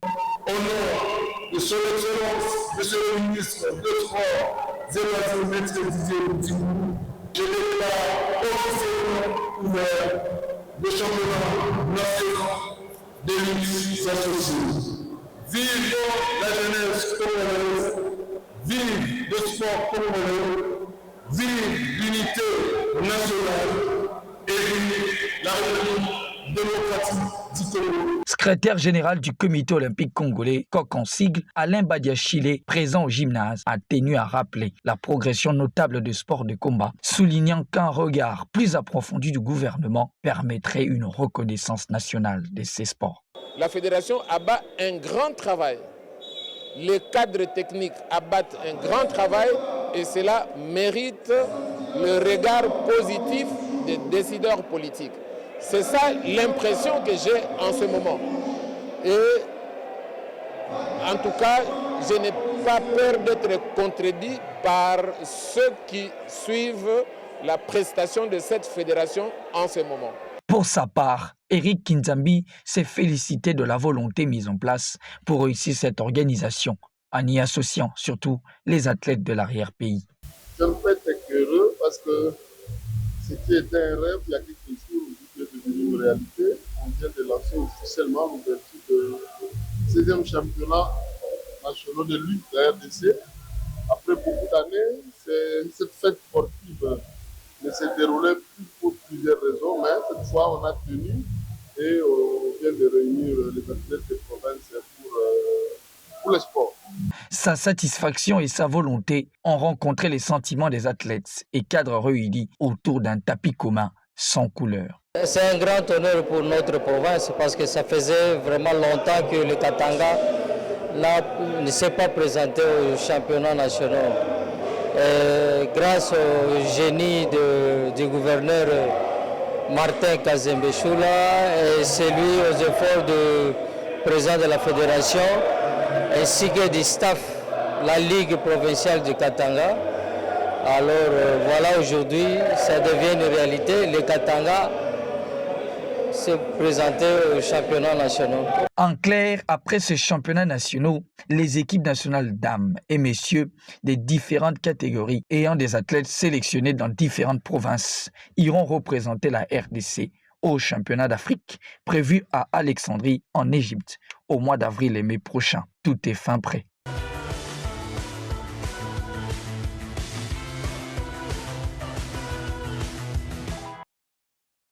On dit basket, Michel Moulamba, trésorier général du comité paralympique congolais, fait le point sur les préparatifs de la CAN de handi basket 2026 à Kinshasa, prévu du 16 au 21 avril 2026 à la salle jumelée.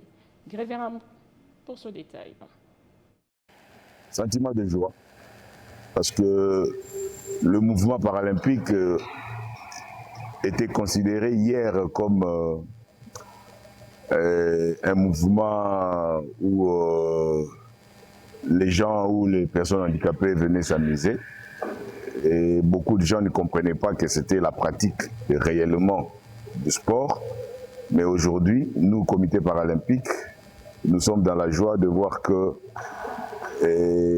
notre fille aînée, la Fédération congolaise des baskets sur fauteuil, a pris le courage d'organiser en République démocratique du Congo la Coupe d'Afrique des dames de moins de 25 ans.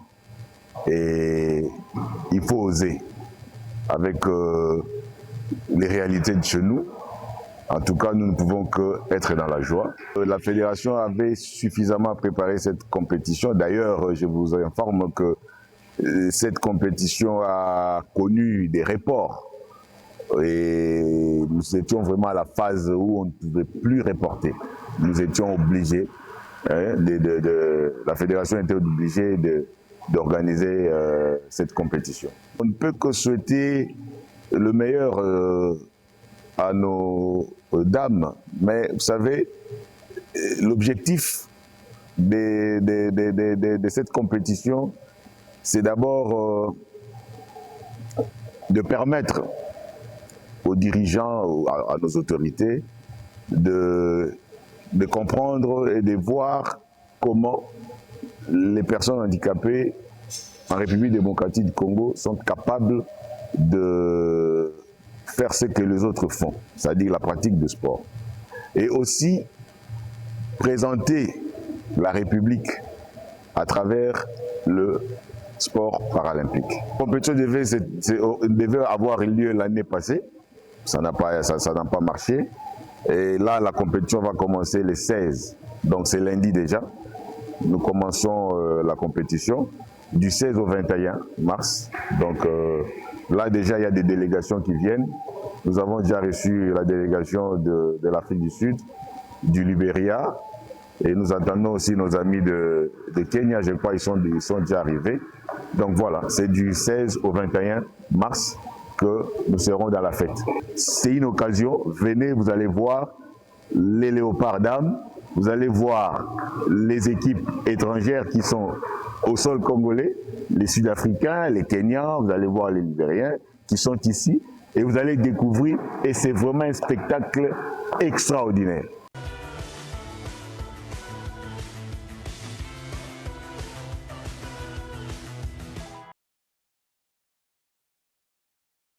FECOPAS présente en RDC depuis un long moment la Fédération congolaise de projets et des activités subaquatiques progresse tout doucement avec de belles initiatives. On vous propose cet élément de Grévérin Tantou avec plus de détails. La Fédération congolaise des projets et activités subaquatiques FECOPAS, instance chargée de coordonner les activités subaquatiques en République démocratique du Congo, connaît un développement progressif. Reconnue par les ministères des Sports et Loisirs de la RDC, elle est non seulement membre effectif de la Confédération mondiale des activités subaquatiques, mais aussi du Conseil international de sauvetage et sécurité aquatique. La fédération s'appuie sur 3 axes principaux: les sports, pilier prédominant de ces activités, les volets scientifiques qui permet aux plongeurs d'explorer et d'étudier l'environnement sous-marin à l'instar des flores, faunes et espèces aquatiques afin de contribuer au développement du pays. Ensuite, l'aspect technique dédié à la formation et à l'apprentissage de la pratique. Didier Ekabela Litengue, secrétaire général adjoint de la discipline au niveau national et international, est revenu sur l'importance de l'instance. L'activité subaquatique est fédération Yassika. Yango est fédération oyo eza s'occuper na ba moyen surtout approprié pour développer, pour encourager l'activité, surtout Oyo et les Kaka na se Yamai. Cette fédération constitue l'un des canaux par lesquels peut passer le développement de la RDC au bénéfice de toute la population congolaise.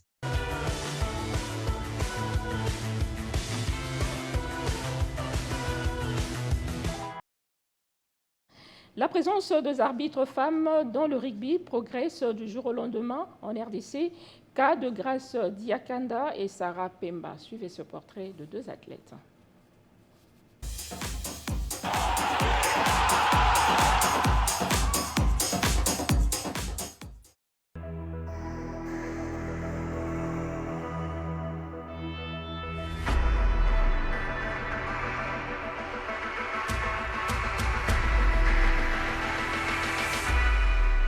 La présence et la place des femmes arbitres dans les rugby progressent de jour en jour. Jadis rare, elles bénéficient aujourd'hui d'une reconnaissance bien méritée grâce non seulement aux performances d'arbitres de niveau international, mais aussi à celles qui se battent quotidiennement au niveau local avec passion et professionnalisme. Par leurs compétences techniques, leur savoir-faire et une gestion du jeu souvent jugée plus diplomate, elles parviennent à imposer leur autorité sur les terrains. En République démocratique du Congo, la présence des femmes arbitres reste encore minoritaire. Toutefois, leur accès aux compétitions de haut niveau devient progressivement une réalité.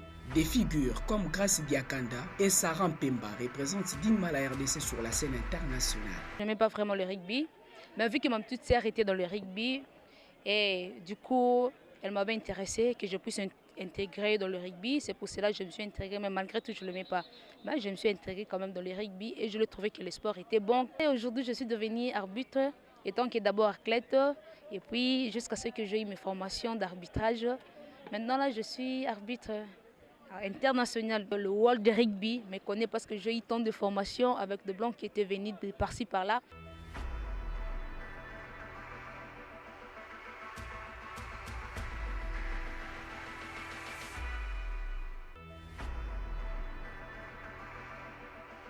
J'ai commencé à jouer au rugby depuis 2015 au Rugby Club Panthère. Et après, je suis allée à l'équipe nationale et après, j'ai choisi d'être arbitre.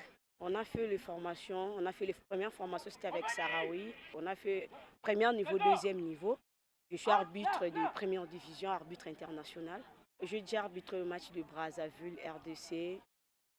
Ici à Kinshasa, Brazzaville, RDC là-bas. J'ai arbitré aussi des matchs de Île Maurice. Il y a des arbitres féminins. En Afrique, à Kinshasa, il n'y a que des arbitres, moi et l'autre arbitre. Et ça évolue bien, sauf qu'il n'y a pas de réunion d'arbitrage. On ne fait pas de réunion, quoi. On ne fait pas de réunion. Et puis, depuis que je suis arbitre, je n'ai jamais affronté d'autres arbitres au niveau international entre nous les arbitres, quoi. Il y a des formations qui viennent au niveau international, mais la fédération ne nous fait pas voyager pour aller suivre les formations ailleurs du pays. Toutes les formations qu'on a faites, c'est seulement ici. Il n'y a que des formateurs qui viennent ici.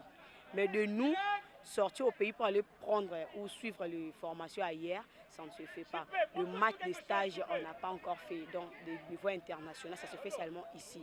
Donc, au lieu de quitter ici pour aller dans un autre pays pour suivre les formations, ça ne se fait pas. Bien que passionnés des rugby, leur plus grand désir reste de porter toujours plus haut les couleurs du pays sur la scène internationale. Je rêve d'aller arbitrer même ailleurs, comme le match de Nouvelle-Zélande, d'Afrique du Sud, Nouvelle-Zélande, le match de Paris. Donc c'est ce que moi j'aime. Quitter le pays pour aller prendre des formes, pour aller améliorer ce que j'ai ailleurs. Moi, je vis des filles, elles dorment chez elles, se réveillent le matin comme ça, elles deviennent lesbiennes. Je le vis. Ce n'est pas toute femme qui pratique le sport. Ce sont les lesbiennes, ce n'est pas ça. Moi, depuis que j'ai commencé à pratiquer le sport, je n'ai jamais fait ça. Des fois, je venais au terrain avec mon homme, il vient m'accompagner, il vient me soutenir quand j'ai joué et au moment où je suis devenue arbitre.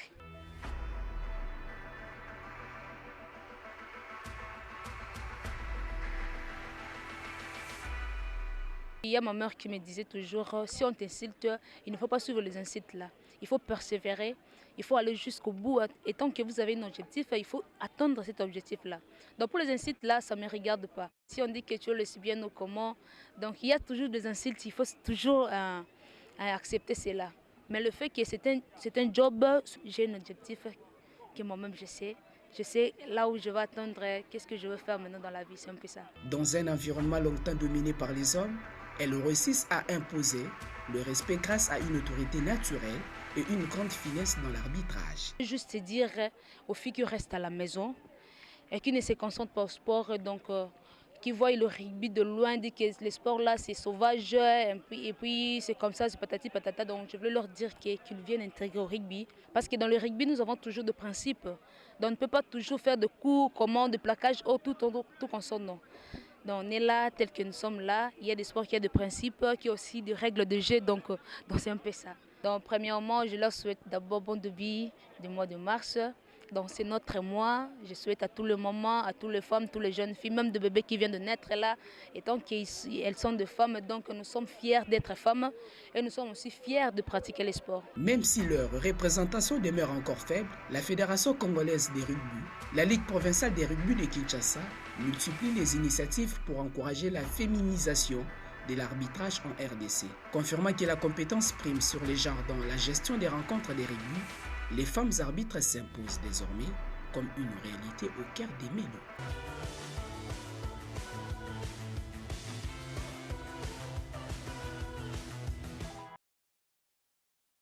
Né à Kinshasa, le jeune attaquant Michel Egwake poursuit patiemment son rêve européen. Après plusieurs essais, il a récemment lancé sa carrière au Portugal avec déjà un premier but dans son premier match officiel. Nous vous proposons cet élément avec plus de détails. Jason Basakissa.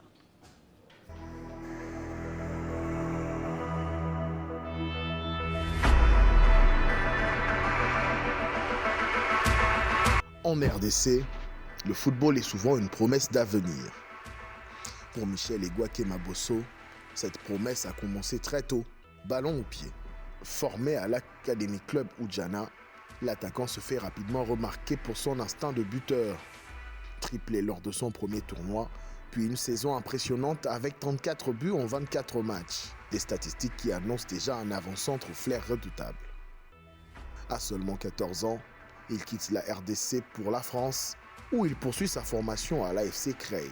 Puissance, vitesse, jeu de tête. Michel Egwake se construit peu à peu le profil d'un attaquant complet.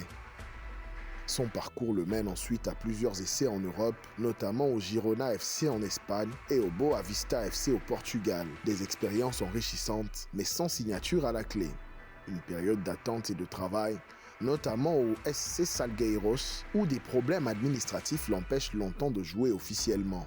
En 2026, la patience finit par payer. L'attaquant congolais signe au Leissoes SC pour son premier match officiel avec les U19 du club portugais. Michel Egwake marque déjà son premier but, un symbole fort pour celui qui a longtemps attendu ce moment. Car au-delà des clubs et des buts, il y a un rêve d'enfant, représenter son pays sur les plus grandes scènes du football mondial.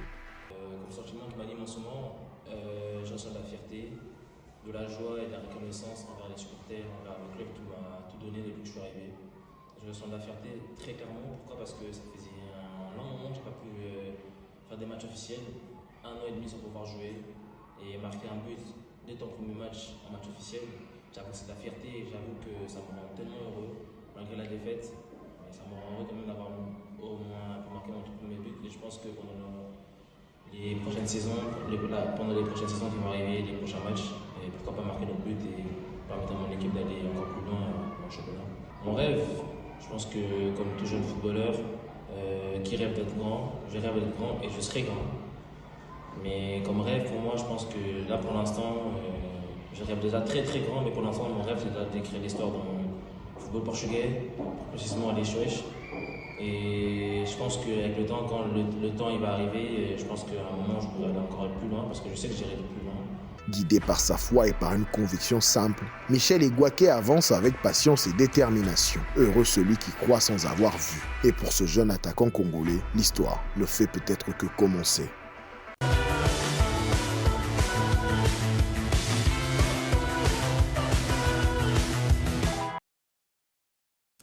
Et voilà, c'est par ici que nous mettons un point final à cette émission Sport Dimanche. Merci de votre fidélité sur la télévision nationale. Merci également à tout l'Euro dans l'ombre. Bonne suite de programme sur la télévision nationale. Prenez bien soin de vous. Bonne fête à toutes les femmes. Au revoir.